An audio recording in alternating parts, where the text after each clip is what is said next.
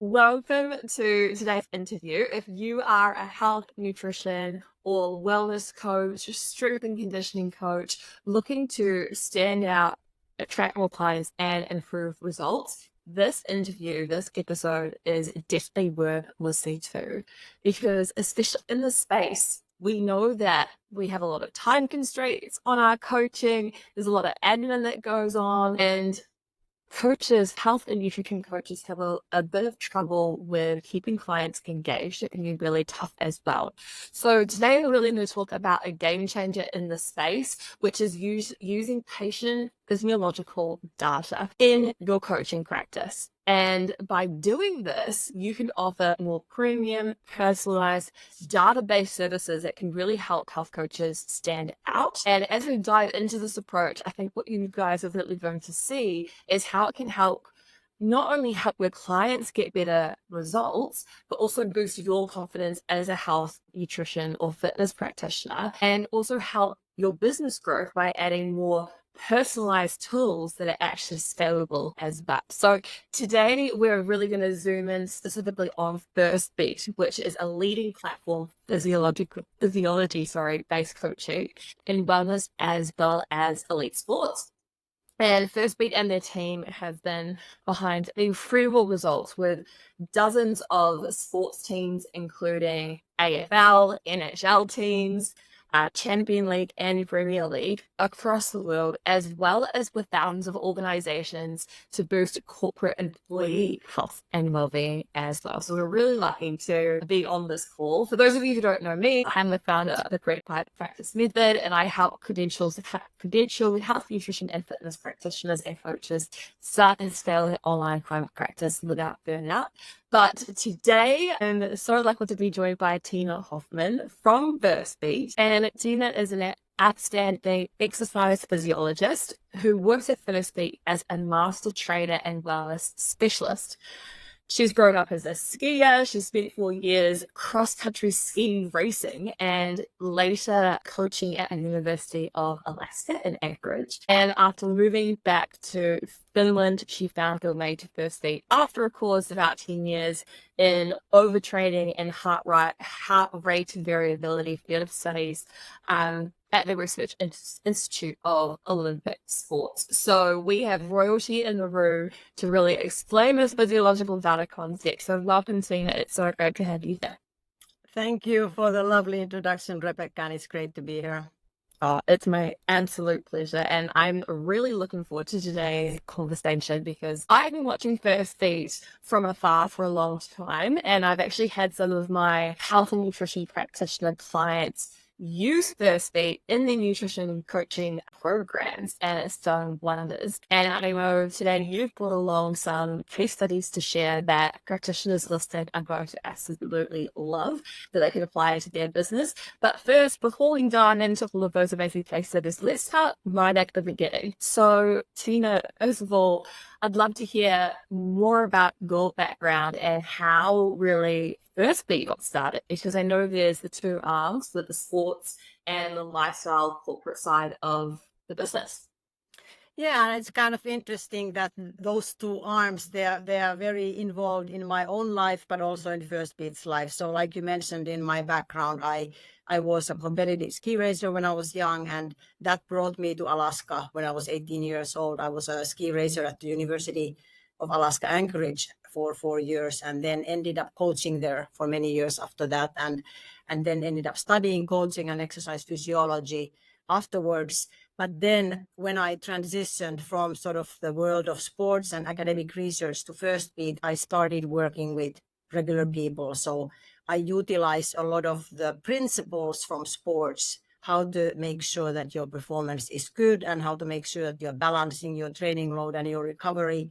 That all applies to regular people too. And so now for the past 16, almost 20 years, I worked with the well-being and health and performance of normal working age people of any age in all professions. And so that has been sort of my main path in my career for the last about 20 years.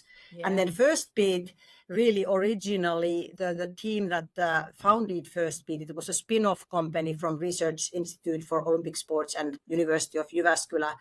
they were studying overtraining in athletes, trying to find a non-invasive method to detect overtraining before it's too late, before the athlete has trained so hard that they've dug themselves in a pit in a way, and their performance is suffering, and it takes them months or maybe the whole season to get back to their normal level of performance. And they sort of started seeing that the same principle can happen in a normal person. They started doing different kinds of preliminary studies to compare the physiology, what happens when a regular person overtrains in a way, and the physiological symptoms are very much the same. So when a working age person works too hard, puts in really long work days, doesn't sleep enough, doesn't pay attention to their lifestyle or their health, in a way they become overtrained just like an athlete. The symptoms are the same, and the pathway to health can be the same as for an athlete. And I think that those parallels are really interesting, even if, of course, some of the training principles for elite athletes and normal people are very different, as we'll get into later on when we talk about supercompensation. So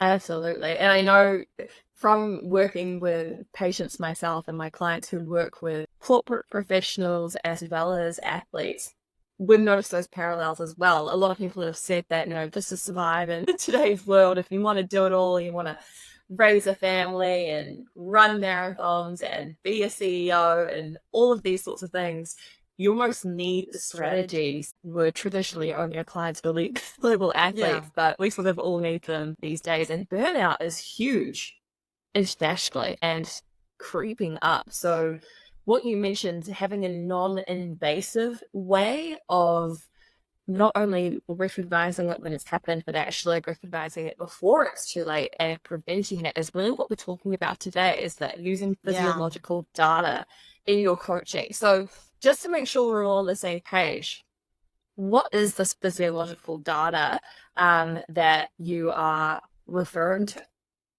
Yeah, let me share a couple of images that makes it a little bit easier to kind of understand what we are talking about. So perfect. Let's see. So the data we're referring to.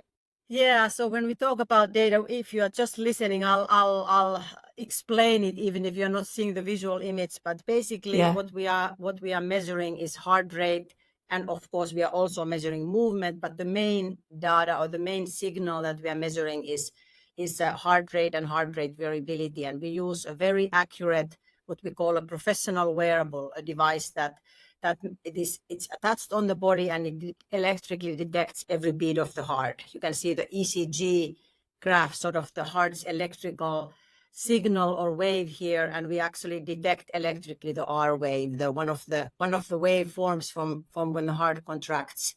We measure time between heartbeats. That's what heart rate variability. Many people know what that is because many devices measure that, but it's the variation in time between consecutive heartbeats. And we measure this kind of data sort of all day and all night. So in daily life, not all the time, not 7 days a week, all year around, but when the person is measuring, they have this device attached on them, and they get this data at work, during leisure time, during sleep, every beat of their heart. And from that data, we then start providing different kinds of results. They have an app, and they get information, not so much about their heart rate variability, because that's a little bit abstract, but we convert the heart rate variability data into concrete information that then looks something like this image here, that there's a lot, kind of a busy looking picture, but that this is a basic sort of the window what we are looking at from a person. This is a 24-hour data set that you can see here, including a work day, leisure time, and sleep time in there. And the two graphs you can see sort of drawn over the bright colors. The black graph, that's the heart rate beats per minute. So we are constantly monitoring with the heart rate is, for example, you can see it getting high during exercise and getting low during sleep. And then the gray line that you can see here on top of that, that's the heart rate variability in milliseconds. And that's so we utilize those data to then look at things like stress and recovery and exercise. The red color in this context meaning exercise, it means that your sympathetic nervous system is active. You're sort of in the fight or flight mode. It's positive or negative stress, so it's not a bad thing only, but but it shows that your body is reacting with some kind of activation. And then the green color means that the parasympathetic or the resting part of the nervous system is active. And the whole idea is to look at your clients' days via data like this to see what's really happening in their life, what kind of days are they having, and kind of allow you to see the big picture instead of just focusing on their workouts or how they are training or their nutrition, how they are eating. But in addition to that, you can see how they are reacting to life overall. And could there maybe some other factors that you should be focusing on before starting the actual fitness program, for example? Yeah, I love this. It's a philosophy we use a lot where we'll create new programs or programs that are getting results much faster in shorter periods of time with more client engagement. They are personalized. And I really love the term you used there to describe it. It was like a window into what's really going on, as opposed to just relying on, there'll be a lot of practitioners who are listening to this who will be relying on more self-reported data from their patients and clients, food diaries, just how you're feeling, and those sorts of things. So I'd really love to dive a little bit more into why using this live data. There's so much we can dive into how to interpret it and use it, but what are some of the big reasons for results you've seen from using live data, both in benefit of the practitioner and the patients they neglect?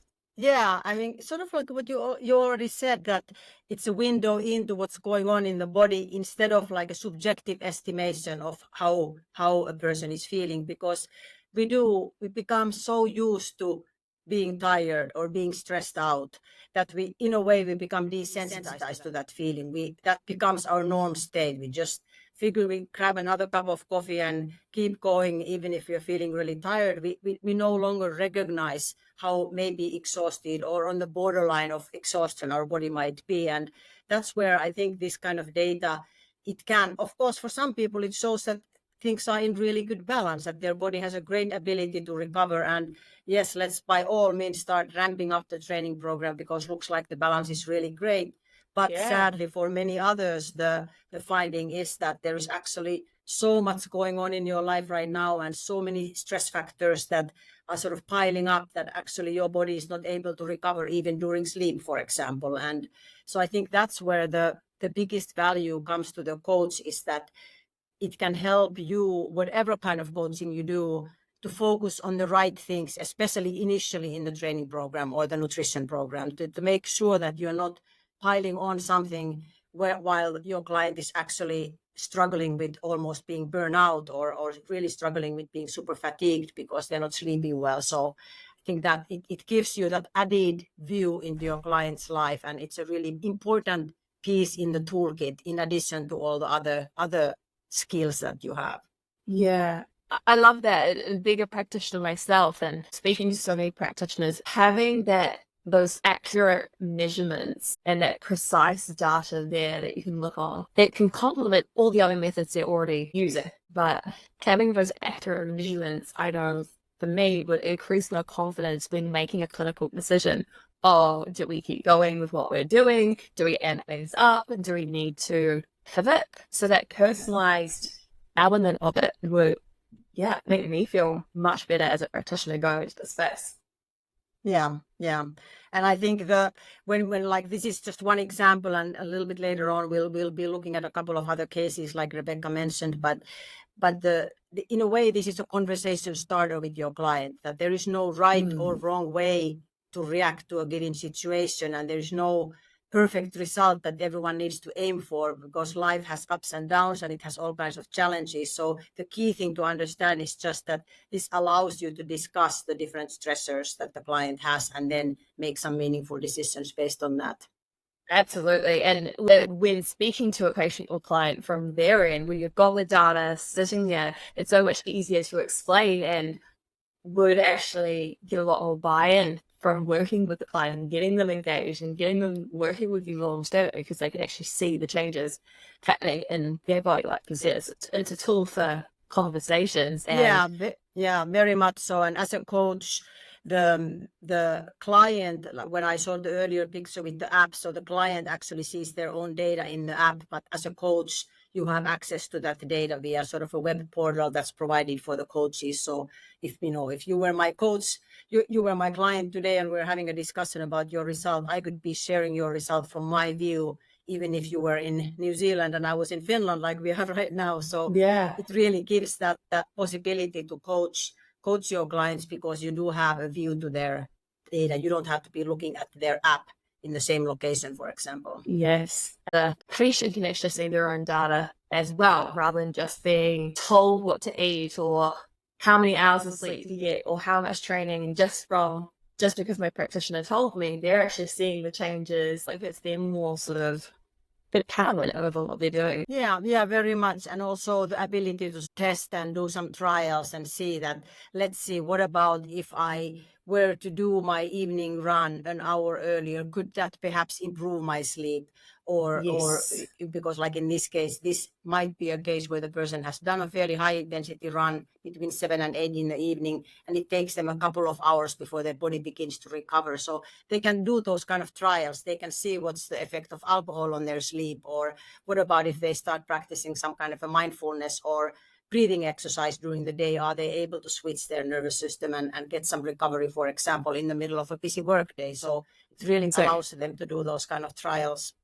Really empowers the patient as well as the practitioner. They can do the trials, and that's a way where it can still be personalized, because a limit for a lot of practitioners is that creating personalized plans and keeping up on top of things is very time consuming. But with a platform and a health data like this, it speeds up decision making and gives them confidence with recommendations. It actually empowers the patient to do more work as well. So have you seen cases where practitioners are able to manage a larger caseload without adding hours and hours of personalized care? Yeah, I do think that's something that we've really worked for, to develop the platform to be such that you can handle like a corporate group or a group of people from a company, because you do get the individualized view into them, but you can also have group sessions. And exactly like the client handles the measurement itself on their own time, and they see the result on their own time, and they don't need hand holding constantly, but maybe you'll have a check-in with your client every couple of weeks or monthly or whatever kind of program you might have. But yeah, absolutely, it definitely the hands-on time with your client, most of it they do it themselves. Yeah, and that's something we were talking about for on our previous call, was actually client engagement, but also client retention.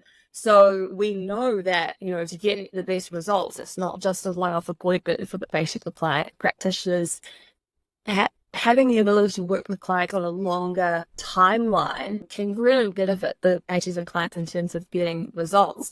And I know boosting retention rates by having that data as an ongoing connection between the practitioner and the patient. Yeah, many coaches have discovered that instead of a once-off measurement, they've been able to build programs that might be 3-month programs or 6-month programs or 12-month programs. And we'll look at a case where that shows the value of that. A person whose result actually, their physiology was starting to show some signs of overload and having too much going on. And they might not have realized it themselves, except he did a check-in, and then the data was actually showing the signs of that. So we'll give a concrete example of that. Perfect. Yeah, and examples speak much louder than just discussing it. So we'll jump into that and how practitioners can really integrate this if they're thinking of creating a certain longer term protocol or program working with their clients. But before, you mentioned something called the Supercompensation Principle. So before we go on, I'd love to speak on that a little bit.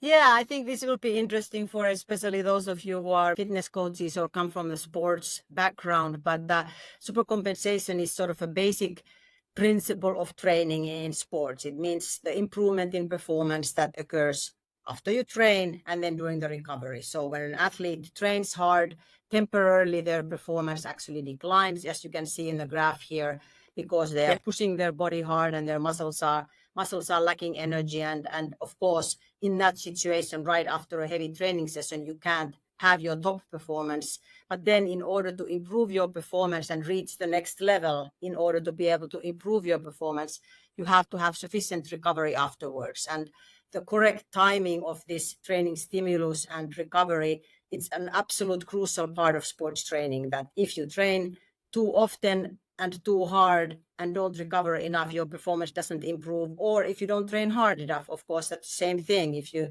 just sort of plateau at a certain level of performance, but it's not hard enough training, then you also don't get to see this kind of supercompensation. And this is a very sort of complex, and you have to do a lot of tweaking and fine tuning, and athletes and sports takes them years to find exactly how hard an athlete can train in order to improve that performance. But what I really kind of like about this principle and applying it to the regular people is that I talk about supercompensation of life.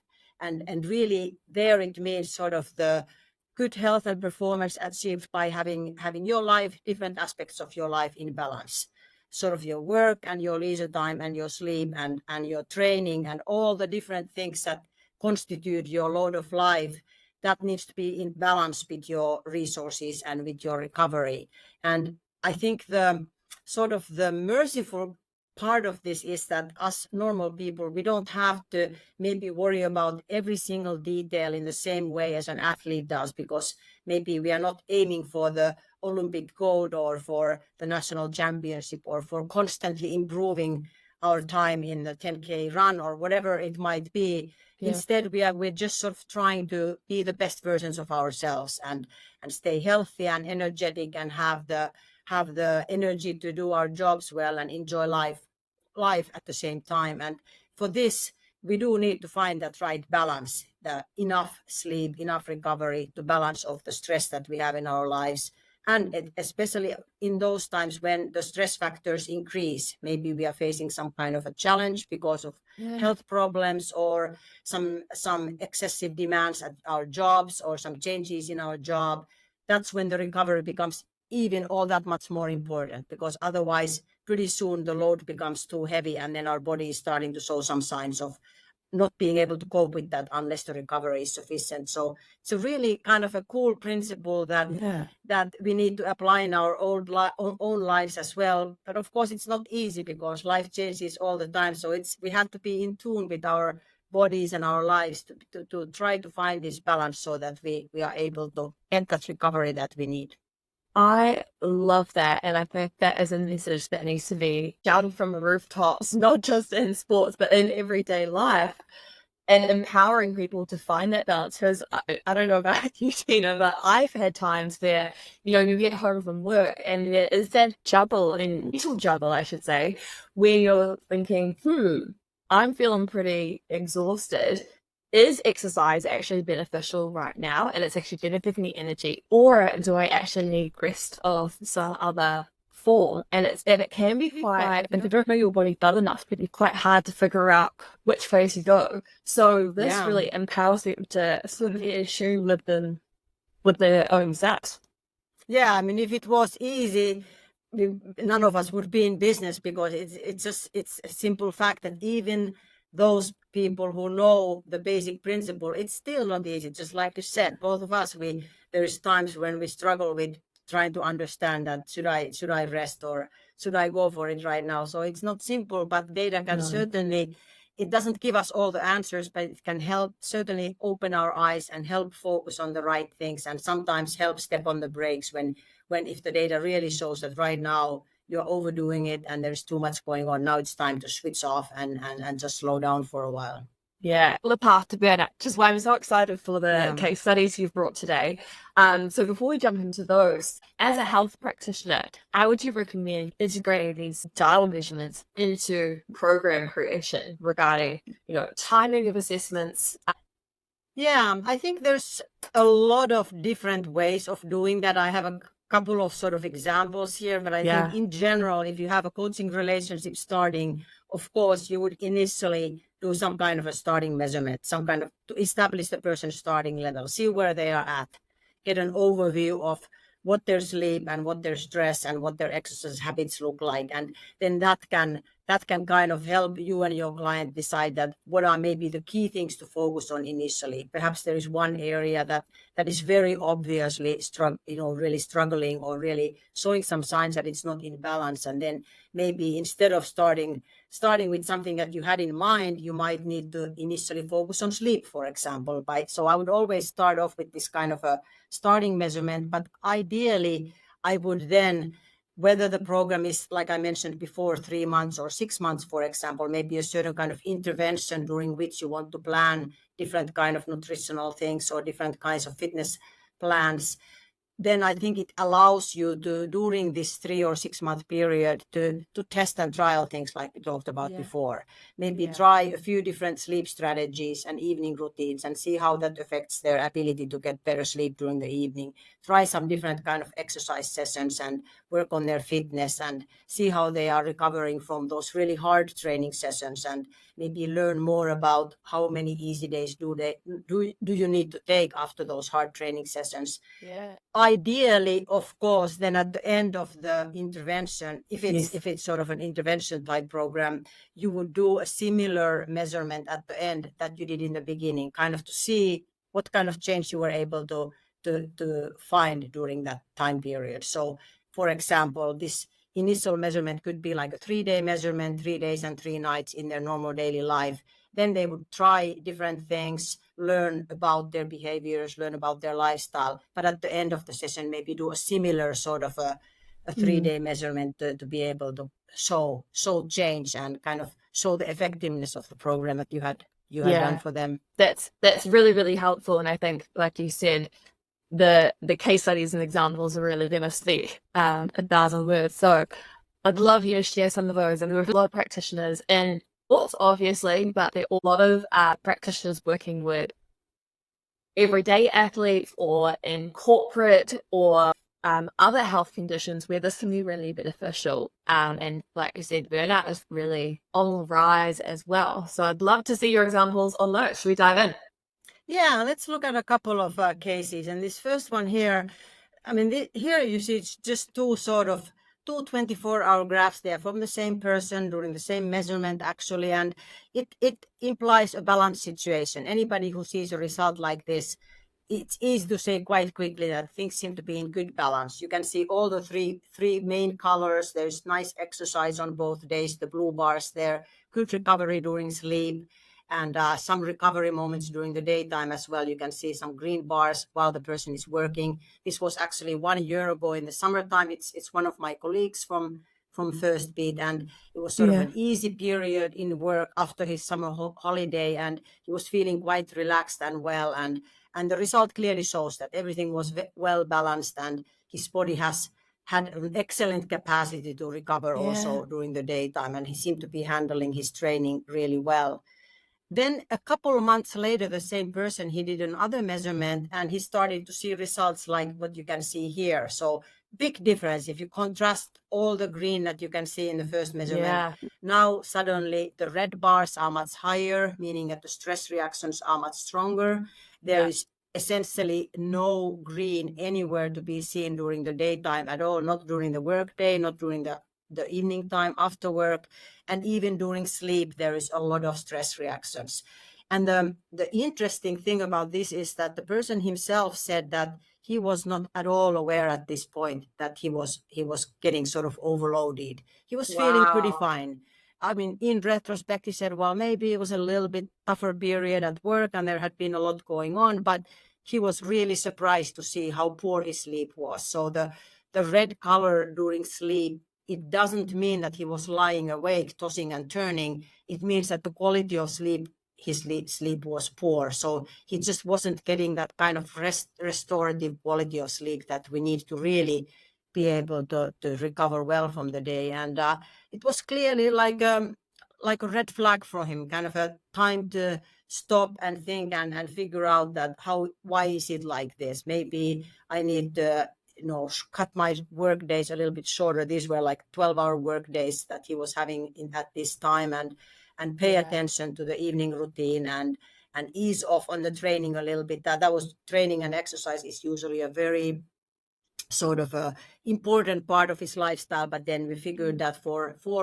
some days or maybe a few weeks after this, he would just do some easy exercise like he did here on the second day, but maybe not quite as hard as he's used to doing until his recovery gets back on track. So good wake-up call that time to pay attention, even if there was nothing dramatic about the result yet. Yeah, and that's really interesting about how shocked he was about the results. So it's not just providing able to know for the practitioner on what's really going on with the patient, it's actually showing them what's really going on in their body. And it's quite interesting that there was such a contrast. And this is preventative medicine, really, Yeah, isn't it? Stopping yeah, things from. exactly.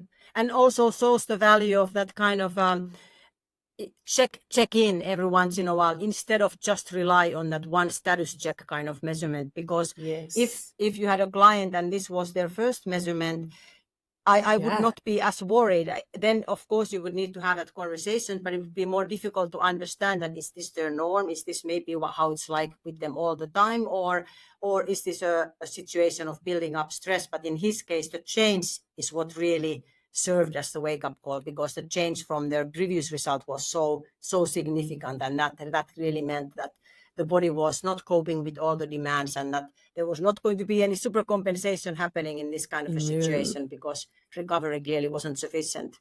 But the good news is, like we said, there was so many simple lifestyle changes that he could make quite quickly to rein it back in just during this potentially busy phase, or finding out what really he needs to do in his life if this is a normal work life that he's got going on as well. Yeah, and I mean, work life is tough today, and of course, Yeah. most people will have periods sometimes when the demands are really heavy and work days might be long, and it sometimes the data might look like this, and it doesn't mean that they can immediately switch off and stop working so hard, but it's really good to be aware that this is not a sustainable situation if it goes on week after week, that we do need to we shouldn't just power through the tough periods and think that if I can just keep going one more month, or one more month till my summer holiday, or till some kind of a break. Sometimes our body breaks, before that. So it's good to build those recovery strategies into even busy periods in our lives, to try to make sure that we don't then eventually end up just completely drained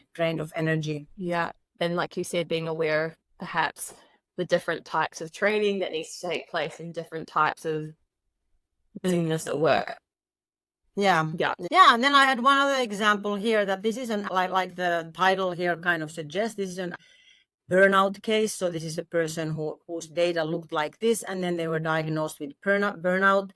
Before I go into that, I should also say that sometimes data can look like this, and cause might be, for example, that they went out drinking in the evening, that maybe they had a party with colleagues, and they had several pints in the evening, and then the sleep might look like it does here. So there's nothing but stress reactions. The sympathetic nervous system is active all night.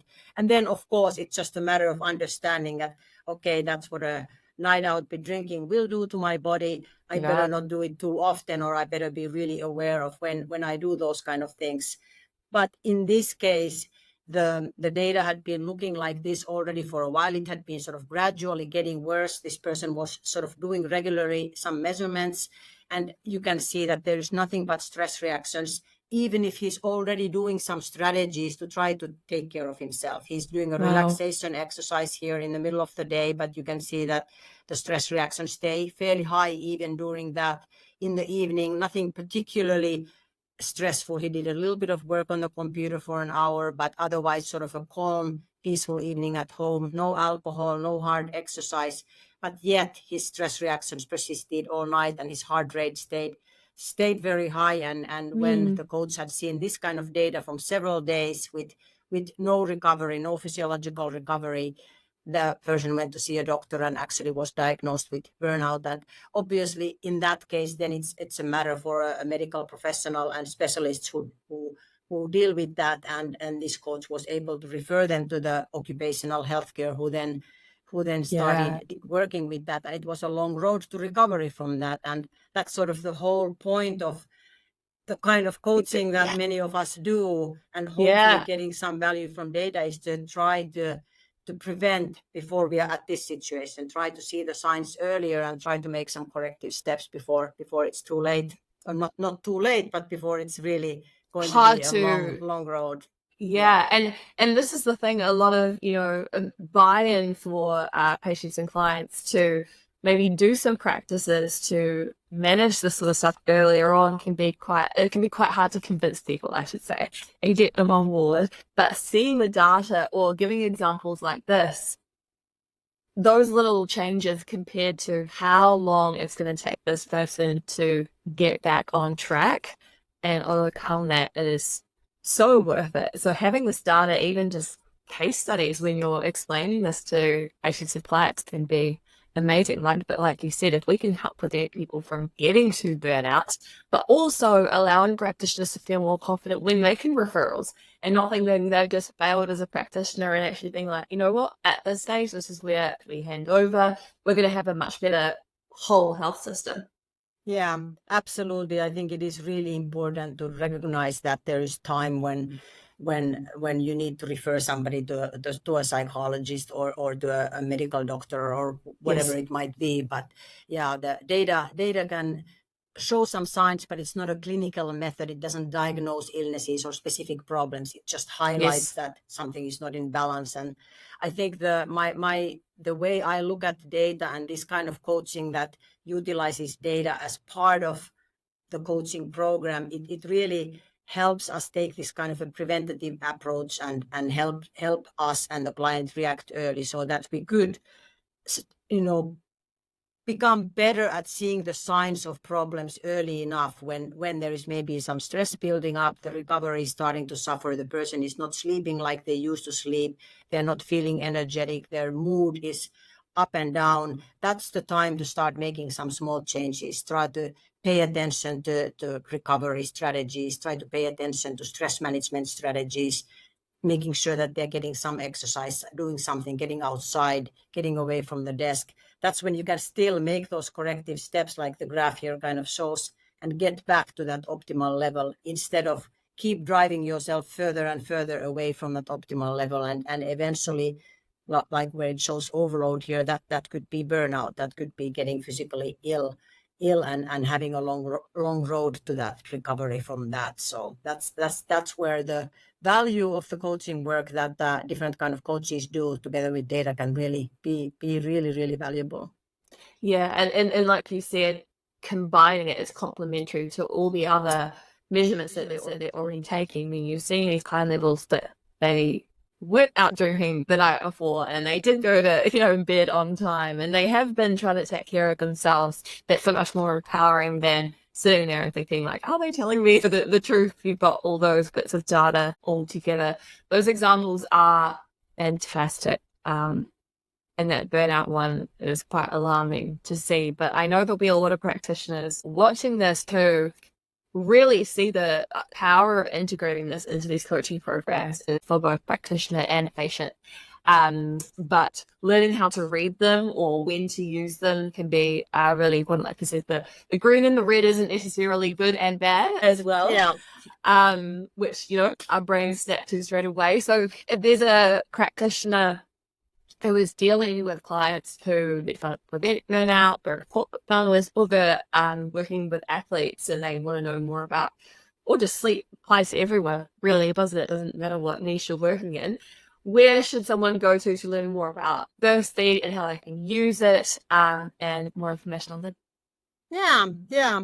So of course you can go to the First Beat website, firstbeat.com, and we have a lot of information there. If you go to the wellness sector, we sort of explain the First Beat Life product and what it's all about and how it can be used in coaching. We do have a link that you can see here, and I think it's going to be provided to the podcast listeners afterwards that allows you to actually sign up and get sort of what we call a taster package. It includes 3 of those devices that I showed earlier and three licenses for 3 people to use the service for 3 months. So for example, you can take one of them for yourself to start really learning that, and then maybe provide the other 2 for somebody close to you or somebody you are working with. It includes an online training course that we have that you can do on your own time, and it provides all the sort of physiological and theoretical background of what do those colors really mean and how can you understand different kinds of results, and also a consultation call with one of our reps so we can really show how to use the different systems. So that's a good offer for you with this code Life Rebecca that you can sign up right away if you want. But of course, you can also reach out to myself or customer success at firstbeat.com if you have more questions about that. So it would be great to have some more coaches from down under. We do have quite a few practitioners there, but we can always use some more. So it'd be great to see some new coaches coming aboard. Absolutely. So thank you so much for, sharing and taking your time to be on here, because this definitely is the future. Well, it's already here. I shouldn't even say it's the future, with personalized health data and personalized programs really are what people need and deserve. So what First Beat is doing to facilitate that is so amazing. And even if not working with elite athletes, the fact that you can say you're using tools that are applied and used with Olympic and elite level athletes onto this everyday person, they will feel like they're treated like a rock star, and rightly so with the way the build is today as well. So I think that's a really good add-on as well. So is there anything else you'd like to share with anyone? Otherwise, I will let you get on. Like I said, I'll put all the links underneath for everyone, but no, any last words from you, Tina? I think that if you go to the First Beat's LinkedIn side to kind of see what we've been doing. So there was an interesting project that was done in the UK where some formula drivers and some reporters, they were doing like a stress test. It was done with the sports product of ours, but they had the monitor on and they were monitoring their heart rates of the drivers and of the reporters. So there's kind of a fun, cool video that they did, but that was using First Beat technology. And you can find some other interesting cases on my and on First Beat's LinkedIn. Yes, so, I actually have a read, and I saw that, and I saw some things that are actually happening in Australia as well with some amazing teams here. So definitely go and check that out, because it's what that shows is just the world's your oyster, and this can be applied to so many different cases. Everyone sleeps, everyone finishes their stress tested. So absolutely. So thank you so much, Tina, for being here. It's been an absolute pleasure, and we will speak to you again soon. Thank you. Have a good day, everyone. Bye-bye.